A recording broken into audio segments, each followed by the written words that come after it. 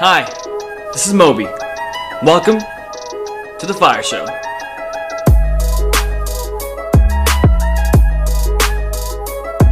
Surprise! It's me again, Moby! I'm kidding, it's not a surprise. You pressed the play button. So, mild pleasantness. Yes, woohoo! Anyway, welcome back to The Fire Show, and welcome back to this thing that I'm trying, mini-series. So welcome back to the mini-series Tech Journalism. This is the third episode, but you do not have to have listened to the previous ones. You're good. Welcome to the show. Enjoy. Today, I'm sitting with my friend Ellen Chang, who I met during Startup Week in Austin. She is not a tech reporter, but a journalism. She's not a journalism. She's a journalist who writes for The Street, U.S. News and World Report, and more. Ellen has written about stocks, entrepreneurs, personal finance, energy, and cybersecurity. She's been mentioned in CBS News, Yahoo News, MSN Money, and more.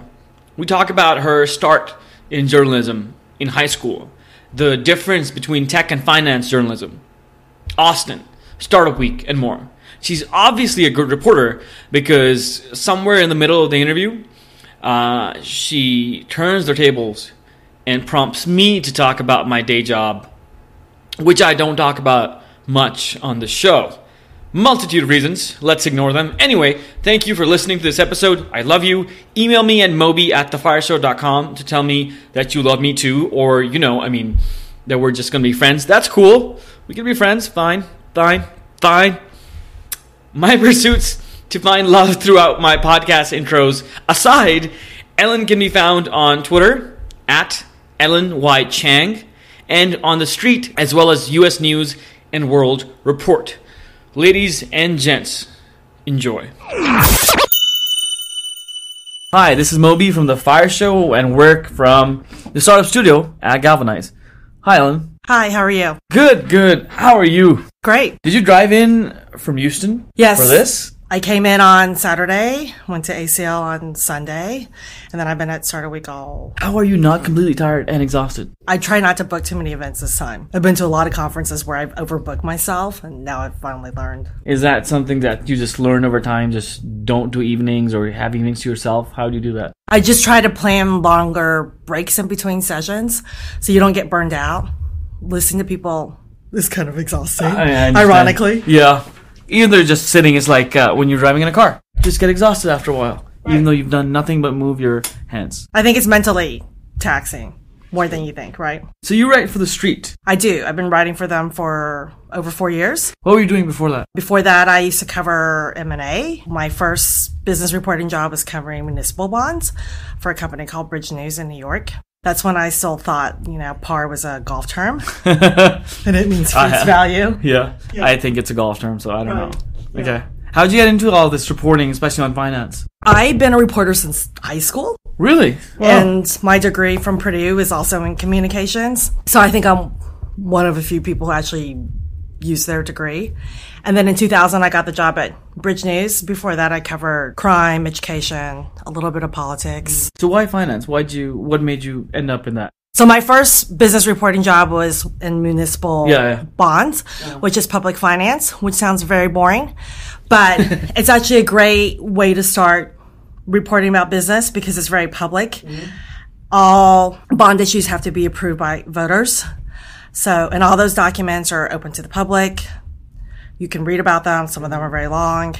You wind up talking to a lot of public officials while they're debating it. So it ranges from everything from financing sports stadiums to school bonds to the other more boring infrastructure projects such as roads, bridges, kind of what's been discussed more recently. And where was this? Bridge News is in New York, but I've worked from Houston for New York companies since 2000. I've worked from home for a long time. Well, we'll talk about that too. So what are you here for Startup Week? What has been on your radar? I've gone to a couple of talks that are centered around female entrepreneurs, whether they're founders or working at a startup. The other night there was a pitch contest for female entrepreneurs. Heard some good pitches. Was that Div Inc? or Austin Woman or anything like that? That was the one that was sponsored in part by 3M and Dell. It's sponsored by an incubator. D-Bank probably, right? Tarmac. Oh, Tarmac. Okay, absolutely. So it's hosted by Tarmac, and the winner is getting, I think, a free month of incubator. It was held at WeWork. That's a great space. Actually, I was supposed to be on the jury with you, and then I got sick and I couldn't go. Yeah. How was that? Yeah, I wanted to go. I really wanted to go. I wasn't one of the judges. No, I thought it was good. There were several companies, very diverse in their concepts. So it had everything from elder care to one about software that could read people who are deaf in real time so they can converse with retailers. So do you ever get lured by the startup journalism and think, hey, maybe I could just do that instead of finance? Or is that finance just your thing and you know it inside out? I've been to a couple hackathons where I've thought of ideas, but the more I learn about the whole startup world, the harder it seems. There's so many people vying for a small amount of money and attention, and to come up with an original idea sounds really difficult. Just even coming up with an original name is difficult, because a lot of times we walk around the conference floor and there's all these startup names that are very cool, but they're missing a lot of vowels, and so I don't know if they're memorable, but I'm pretty sure people probably said the same thing about Facebook and Google. They probably sounded goofy at the time also. Especially Facebook. That just sounds overall stupid, but it works. Right, but it had another original name in the beginning, right? Really? Yes. But back to your question, I'm sure working at a startup or founding a startup seems very alluring, and definitely by Hollywood standards, it looks like a lot of fun. Maybe not glamorous, but, a lot of fun and entertainment, and you get to set your own hours. But not everybody likes that. A lot more people like structure than I think they originally believed. Yeah, and you've been working from home since 2001, you said? 2000. 2000.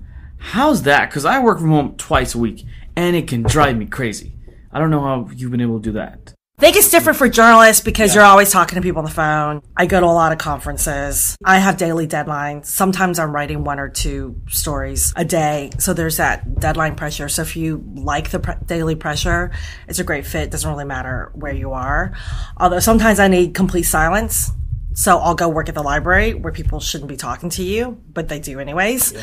Sometimes I need a lot of noise, or I'm playing Pandora at full volume, or I'm at Starbucks. So sometimes having all that silence is hard, and sometimes being surrounded by other people are working, whether you're at a library or co-sharing space, is helpful because that's all you see, and you kind of feel, encouraged. Because they're all working so hard. You should be working hard, right? You feel bad. It's like when you go to the gym and you see someone really working hard, you feel bad. And especially during, Hurricane Harvey, when I was covering it, some days I was writing 3 stories. I was still filing articles at midnight. Mm-hmm. So when you have a deadline and these articles are important and some of them are helpful, especially for consumers or investors, then you just have to focus. And you've created an environment for yourself in the library or at a co-working space or in your home that helps you do that? I have a home office, so it's a lot easier. There's fewer distractions. Yeah. How have you designed? I'm really curious about your home setup. How have you set up your studio so it allows you to create an environment that you can focus in? Actually, my room and my desk face the street. So I think having natural sunlight helps a lot. And I just try to stay in there and work and treat it like an office and not sit on the couch and write, which I can't do, or go do a load of laundry, or it's really easy to get distracted and then it's been over an hour. Not being productive. Right. The other thing that helps is that, for the street, a lot of our articles need to run during stock market hours. Yeah. So you have that other pressure where, being in Texas, you're always an hour behind. You have to catch up somehow. You have that forcing mechanism, which makes you absolutely need to deliver at a certain point. And I like the deadline pressure. Some people don't like it. They want to be able to turn in their work whenever they're done. Mm-hmm. You can't do that. So, but I kind of thrive on it, which I think is why some people like the startup world. They do have deadlines for products and releases, or their investors want to see something. Or then they're out of a job if they don't meet that. Right. So people don't talk about that aspect. It's not as glamorous or sexy. Very true. So why would you want to work at a startup if you face those kind of deadline pressures, right? True. We talk about people. We go to conferences, we go to sessions, we go to meetups and meet people the motto is always killing it. But that's not always the case. It's the confirmation bias that we're looking for. I can't even begin to understand the pressure that comes into that. So, where'd you go to college? I went to Purdue in West Lafayette, Indiana. That's the same school I was accepted in when I was moving to the U.S. Really? Yeah. Where did you wind up going? I went to UT. Yeah, so I got into Purdue and realized, oh my God, there's so much snow. Yes. And then UT's acceptance letter was in my trash. And I looked at it like 2 weeks ago. I'm like, oh no, I don't want the snow. Where were you coming from? Pakistan. Okay. So you like the heat. I preferred this. You'd rather sweat to death. I'd rather sweat to death, absolutely, than freeze to death. If I could choose one, sweating to death. Did you go visit Purdue? No. It's a pretty campus. Yeah. It's got that very collegial feel, like the atmosphere you expect from like watching movies. Oh, okay. It's got the red brick, the ivy. You know, you can literally go to class and come out and there's, you know, several feet of snow on the ground. Oof. Which isn't as great as it sounds. I mean, we get a inch of ice in this town, in this state, and everything shuts down. Yeah, we're not prepped for that. So you're glad you went to UT? I'm so glad I went to 100%. But I'm sure Purdue is wonderful. Yeah, and you said you started writing in high school. I wrote for the high school paper. Yeah. I worked for my college paper. I worked for some other local papers in college too. So I've always been writing. So what were you writing about in high school? I'm really curious because I interview a lot of entrepreneurs and people who just do what they enjoy. And a lot of them have just been doing something similar for 20 plus years and started really early. Well, in high school, I think we were writing about what students were doing and who won awards. And sometimes, you know, my friends dig up articles that I wrote about them way back then. Really? And that's probably how we met, 'cause it's hard to remember. And then in college, you know, we cover campus news, what was going on. And some of it's pretty boring stuff, you know, like new police officers or other events. Uh-huh. The Purdue paper's called The Exponent. So at the time, they were in their own building with their own printing press. Mm-hmm. So now they've sold the building, I believe, and moved their printing press to another location. But it was a big deal to have an independent paper that's not run by the university. It was, you know, a self-sustaining business. Self-sustaining, and it's still not going on, you mentioned? It's still going on. So, you know, they don't depend on funds from the university, which also means they're not censored. That's really interesting. So you had leeway to write what you want. How many controversies a month were there? I don't think there were that many when I was there in school, and sometimes you would see some interesting news, and it always happened like over the summer when you weren't there. And so I was talking to Melinda from Austin Woman, and she talked about just her work in publishing before starting the magazine. What in that time of period made you really fall in love with writing or reporting, actually talking to people and getting source of information from all over? I think because every single day is different. And, you know, when you start out in journalism, you work a lot of weekends, nights, you go to all sorts of events and fairs, and a lot of people cover crime from the very beginning. You cover a lot of local government. So it gives you a kind of a good glimpse of different types of reporting. Mm-hmm.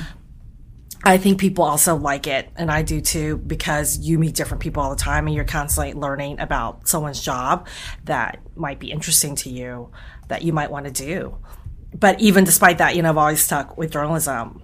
And I think it's interesting to see how people spend their time and how they choose their careers, or when they switch careers, what's the impetus to go from like being a policeman to being a chef or whatever. You always hear those stories. And you can get first seat access to those stories. Right. And it's just great to have a job where you're paid to talk to people. So just now, fast forwarding to now and looking at just journalism from this year's perspective, how has the back end of collecting stories or writing stories changed? I think there's a greater sense of urgency. Mm-hmm. You also have to promote yourself a lot more, whether it's on social media. There's also more topics that you need to cover. Mm-hmm. So when I first started working with the Street, we mostly focused on personal finance. We had a separate website called Main Street. So we cover everything from retirement to what you should put in your 401k, what's the best credit card, you know, is there such a thing as good debt? Yeah. Those kind of topics. Okay. We also cover, you know, now I spend a lot more time covering the stock market, right before I came here, I wrote a story about Black Monday. What do you do when another correction occurs? How do you avoid panicking? Are you following the right herd? Which most of the times, the majority of people are following the wrong herd. And now we cover a lot more politics because, it affects business policies and taxes. And part of the problem, for whether it's an institutional investor or retail investor, people are worried about what's going to happen, but there's so many unknowns and it changes daily. So if you don't keep up with the news, it's kind of difficult. And it affects you, right? So whether you're talking about whether health insurance is going to be subsidized to whether the corporate tax rate is going to be cut, or to what are they going to do with the crisis in Puerto Rico? I think it affects everyone, and people should be more aware of what's going on. Not just like what kind of level did the Dow reach. It's your money, it's your retirement. You should spend time looking at your investments and doing more research. People always talk about how many consumers spend more time researching where they're going to go on vacation or buy their next laptop or flat screen versus looking at their insurance rates or what stocks or bonds are in their retirement portfolio, or if they even know what kind of fees they're paying in their 401k or what's the difference between that and their IRA. And so nowadays, there's so many apps that can help consumers get more access and more information. So hopefully people are finding it easier to become more informed and learn about all these options. And so, as you mentioned, there's pressure to publish daily. You have to self-promote. What you're writing about isn't as narrow. So many other things affect it, like politics. There's so many apps. There's so much information coming your way. How do you maintain a sense of calm every day at your job? I think if you just have some kind of routine and you focus where you want to have your source of information come from. I spend all the time reading Twitter, which I think is helpful.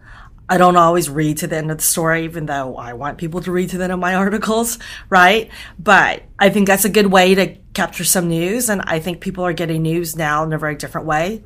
Yeah. They're not waiting for the 6 o'clock news, and they can read the news while they're walking to their office or they're eating lunch. So it's more accessible, and you don't need to have a cable subscription, right? You can watch a lot of videos on Facebook. I did it during all the presidential debates. So I think it's kind of interesting. But journalists also have to do a lot more. You have to write your article and tweet it and put it on Facebook and check, other people's social media accounts and do podcasts. And we sometimes do a lot of radio and TV interviews also. So it's interesting because reporters are being interviewed by other journalists now. Have you been on a podcast like that? I've done several radio stations on the West Coast. Some of them are geared for consumers.